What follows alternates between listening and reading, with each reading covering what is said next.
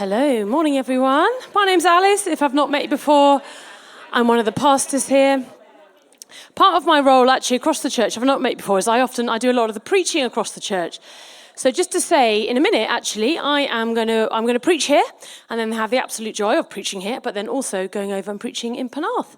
That's very exciting. We've just started a new site in Penarth. Many of you will know Gemma and John, who have been coming here and are now up in Penarth. So, and a whole bunch of people up there. So there we go. That's just to say that. So when I leave, if you ever see me just leave at the end of the service whilst you're all praying, it's not because I don't want to be here. It's just because I'm often getting in the car and driving somewhere else to preach. Anyway, today is the start of a little bit of like a mini-series that we're going to be dipping in and out of over the next few months.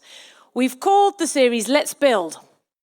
And the invitation behind it is for all of us to think about how we might play our part in building this kingdom community, our church, here in Cardiff and beyond.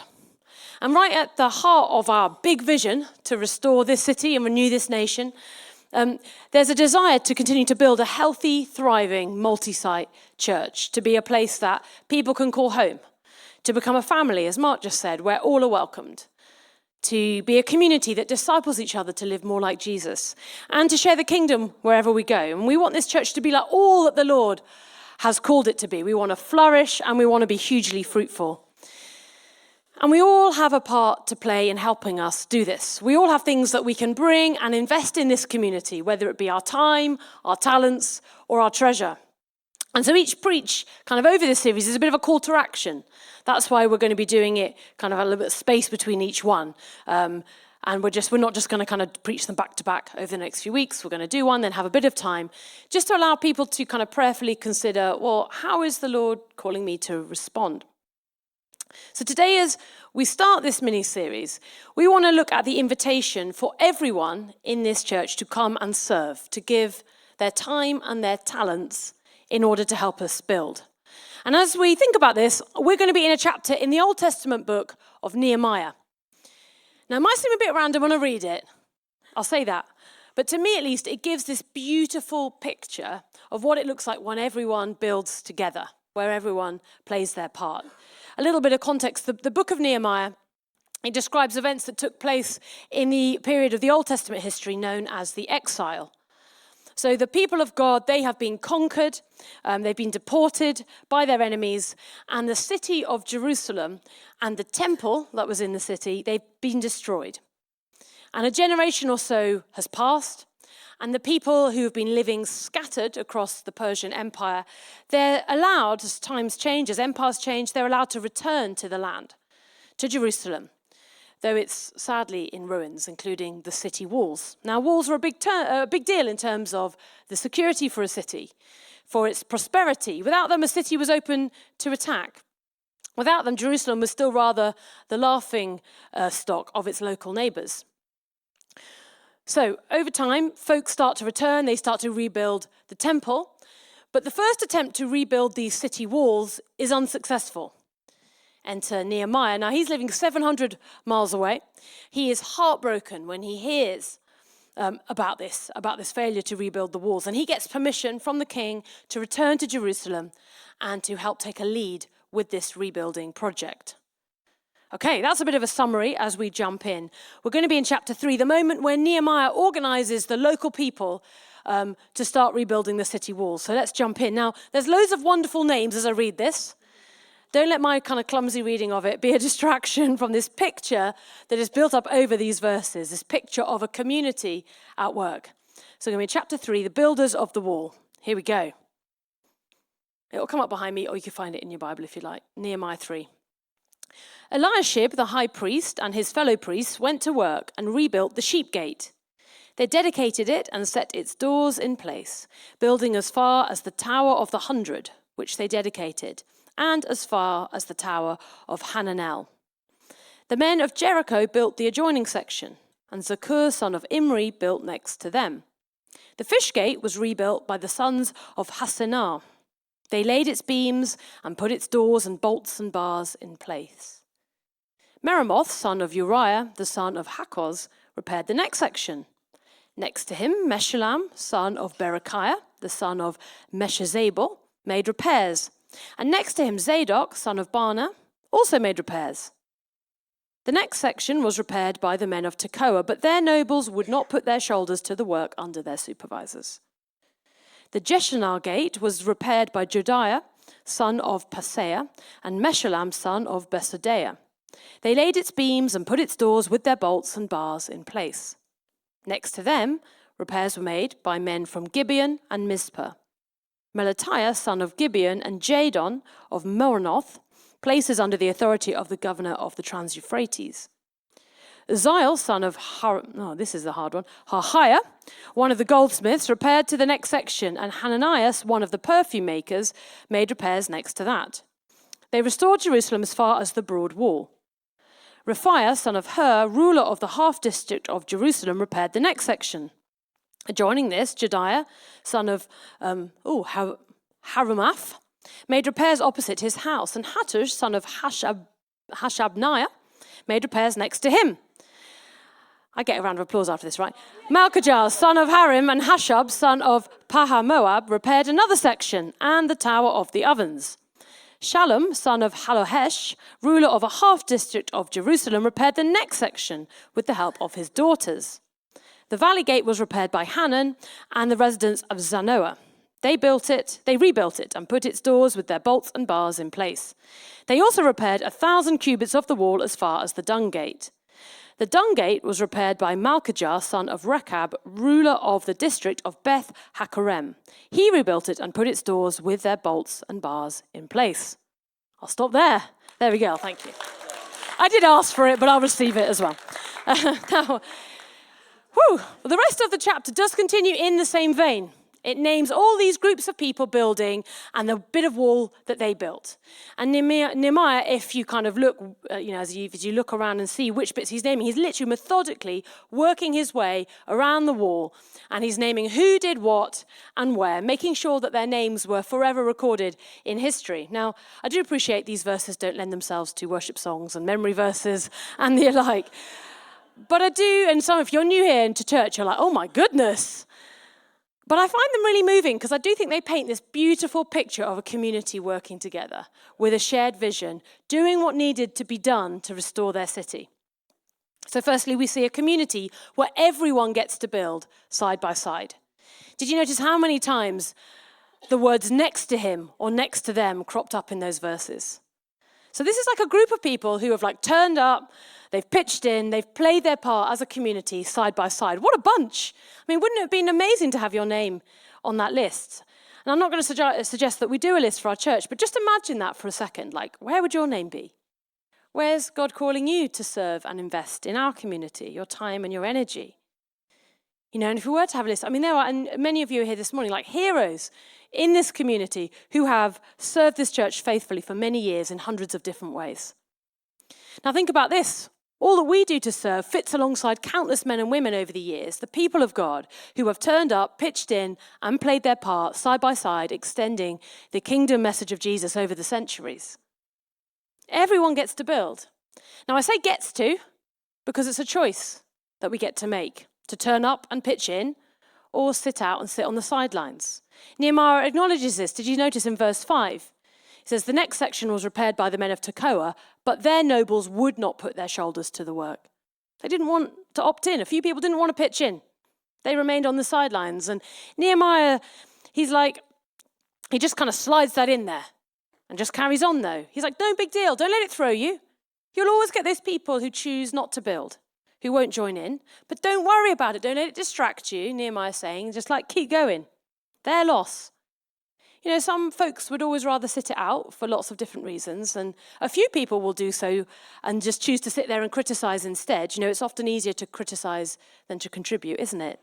When you're trying to create something, when you're working towards a kind of big, audacious vision like rebuilding city walls or restoring hope to a city, seeing the nation of Wales renewed, some people would rather kind of sit it out and perhaps criticize.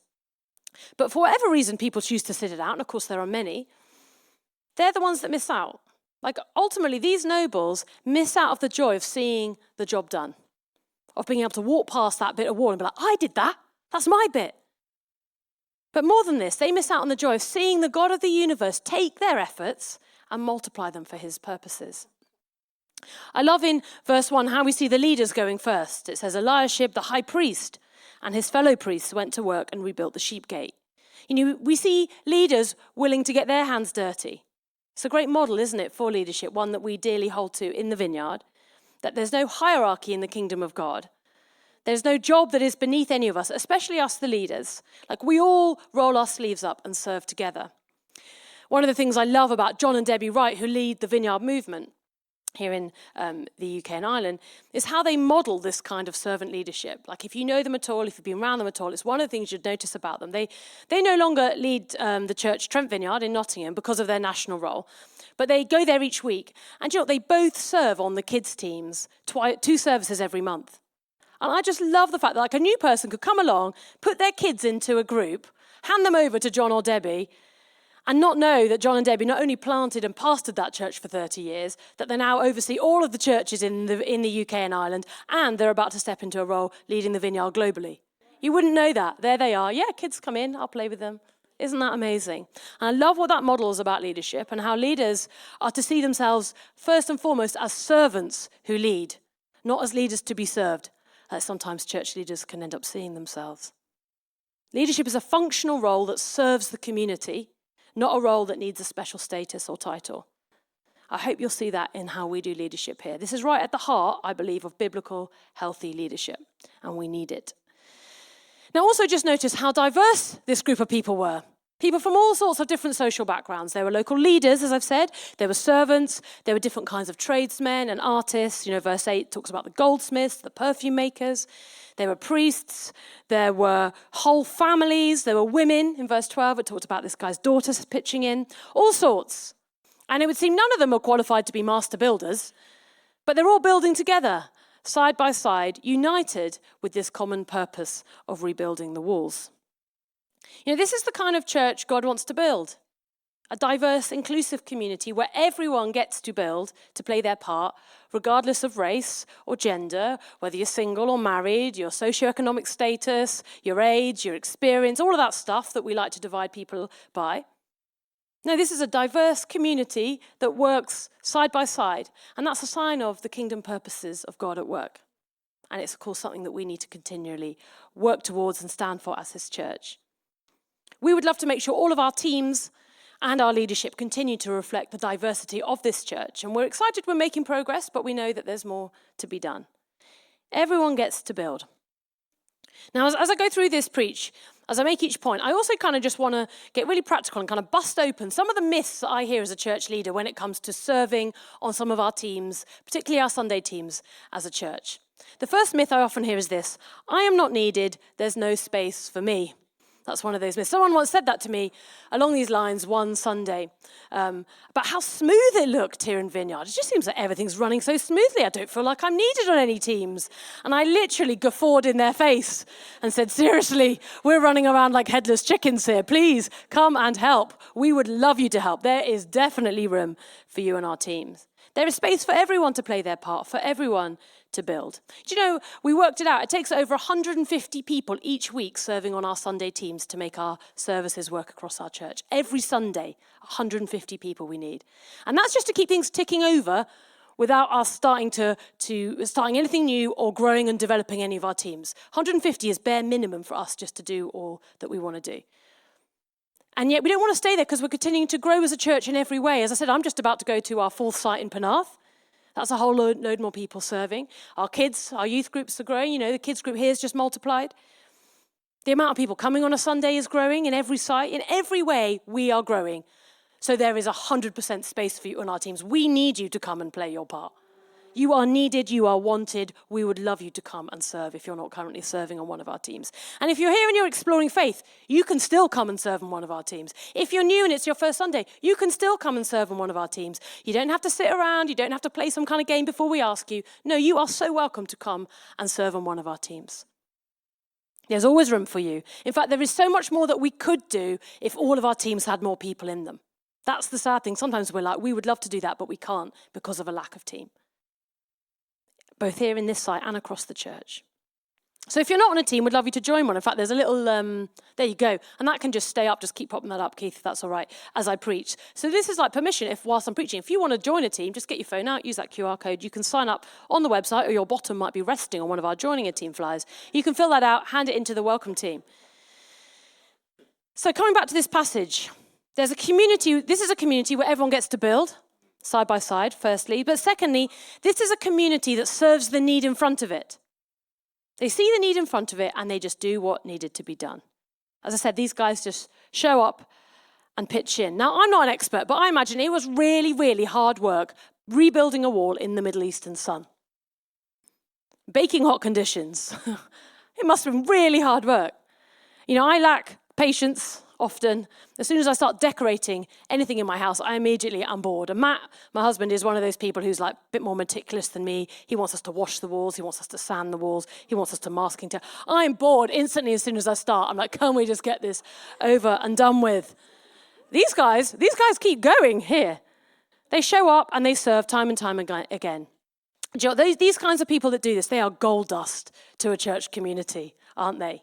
We've got some amazing people. Many of you are amazing people. You turn up and you serve faithfully on our teams each month, sometimes more. Absolute heroes.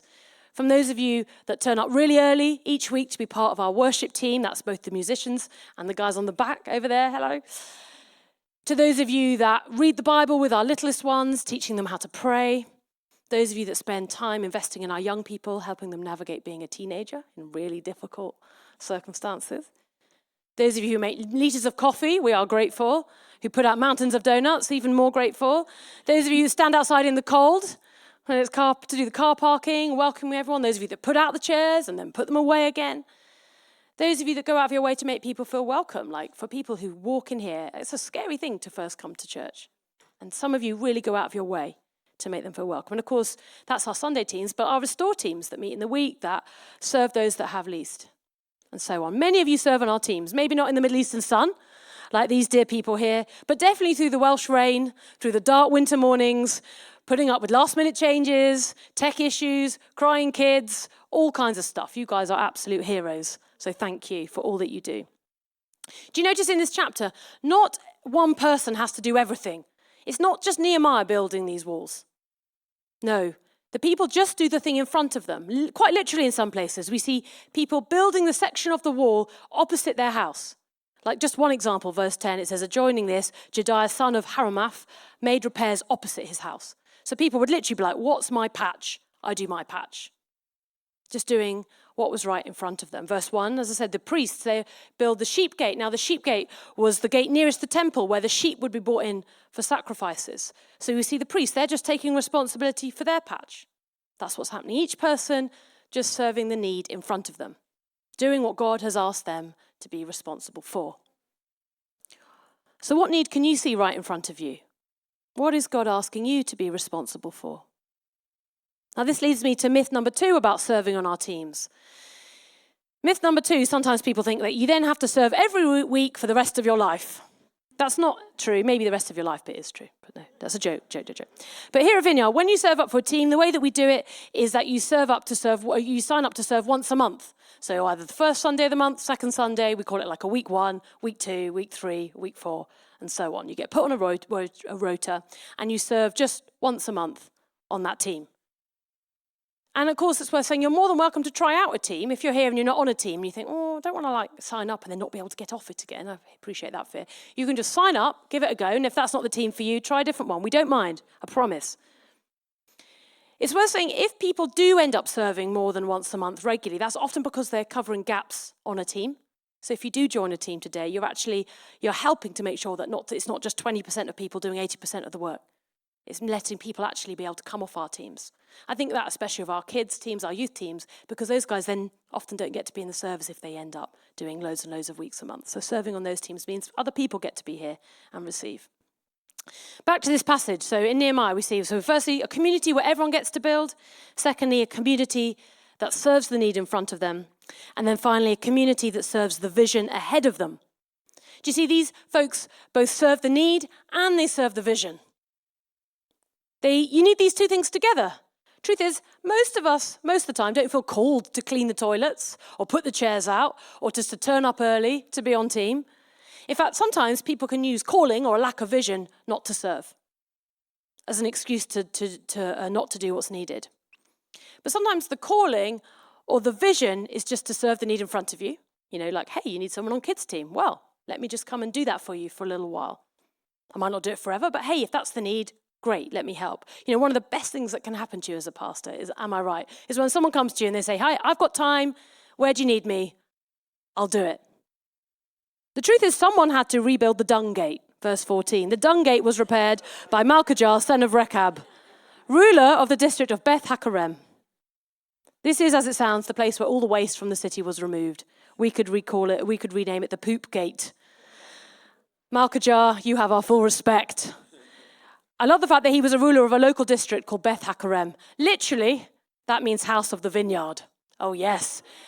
Make of that what you will. What is our role? So, you serve the need in front of you, as I'm saying, but you do also need to serve the vision ahead of you so that you don't get lost in the serving and forget the reason that you're doing it. Keeping the vision ahead of you stops your heart from getting hard. It stops resentment creeping in when you're there, putting another brick on top of another brick in the burning hot sun. It stops it becoming about you. This is where understanding serving as a spiritual discipline can be really, really helpful. As such, it's a discipline that helps us become more like Jesus. Mark 10:45 says, for even the Son of Man, even Jesus did not come to be served, but to serve, and to give his life as a ransom for many. He came to serve. So serving helps us practice the way of Jesus. We get to follow his example, not just admire it from afar when we serve. It helps form us in the ways of Jesus, more in the ways of Jesus and less in the ways of this world. Richard Foster, in the classic book Celebration of Discipline, says, service enables us to say no to the world's games of promotion and authority. Serving, especially when it goes unnoticed, or especially when it's particularly unglamorous, it helps put to death the need in us to be recognized by what we've done, to feel self-important, to kind of jostle for status. Putting in place that practice of serving in your life, it's so countercultural in a world of me first. Serving helps us to say no, not me first, but the kingdom first, Jesus first, other people first. So keeping your eyes fixed on Jesus and on his mission is key when it comes to serving, to giving your time and effort. That helps us keep serving even when we can't be bothered, even when we're tired. That brings us to the final myth I just want to bust open about serving on one of our teams. Myth number 3, that what I do doesn't make a difference. You know, sometimes, especially when we're in seasons of our life, which we all go through where we feel like we have less time and energy to give, we can doubt the importance of any contribution that we can make. You know, and what I love about this passage is that it is the story, as I've said, of the whole community serving together, but with a greater vision in mind. And it wasn't so much about what they did individually, although, of course, we do see Nehemiah wanting to name them all and give them all a shout out. But it's just as much about what they achieved collectively, working together with this same vision. And in that sense, whether someone put one stone in place or whether another person rebuilt a whole section, they all contributed to the end goal, to see their city restored, to show that Jerusalem was back up and running and open for business. And they achieved it. You know, the walls were rebuilt in their lifetime. If you read on, you'll see the job was finished. And I just love the idea. I've got this vision of this idea of these folks, maybe later on in life, maybe they've got grandkids now at this point, walking in and out of the city centre of Jerusalem, day in, day out, going to the market to get their food and whatever, with this little kind of lots of grandchildren with them and saying, hey, that's my bit. That's the bit I did. Oh, yeah, your granddad did that bit. That bit was really heavy. Look at that. They just knew that they'd played their part. What joy that must have given them. And that's the invitation to each of us, as I've said, to play our part in building this church. Not for our sake, of course, but for the sake of those yet to come, for the sake of this city and this nation. I just want to finish with a quote from John Tyson, who says this in his book. It's a great book called The Beautiful Resistance, and he says this. Each generation of believers is given an opportunity to tell the story of Jesus through the local church. Regardless of that's the church's history, we get to put the brilliance of Jesus on display. Yes and amen. And the question is, will you build with us? Will you play your part? Amen.